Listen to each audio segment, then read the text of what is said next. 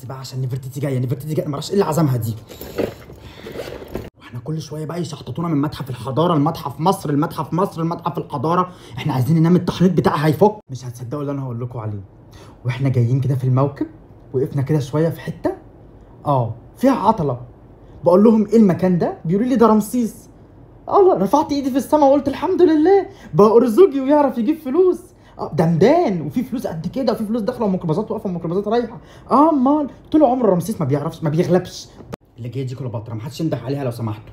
لا بعد اذنكم ما حدش ينده عليها. قلت له اقف استنيني بره، انا هجيب لك السجاير بتاعتك من الكشك. ما ردتش عليا ومشيت، خدت الموقف بتاعها ومشيت على طول. واحنا جايين عدينا على الهرم. انتوا شفتوا ابو الهول بقى عامل ازاي؟ سالت عليه بقول له يا ابو الهول مالك؟ ما فيهوش مناخير. بيتنفس منين ما اعرفش. والله، وحاطين حواليه حديد. ايه ده اللي بيعملوه فينا ده؟ فين ابو سمبل؟ راح يشتري سان بلوك من الاجزخانه اللي ورا المعبد بتاعه. عشان بكره هيتعمد الشمس عليه، خاف لا يتحرق. امون. تتفرجوا على مسلسلات بنت خالتي؟ سوسن بدر. تنسوا ولا ايه؟ لا انا كده ازعل منكم واقوم بقى. لا انا مش انا ماليش قعاد معاكم، لا انتوا ولا كليوباترا حتى. سوسن بدر بنت خالتي.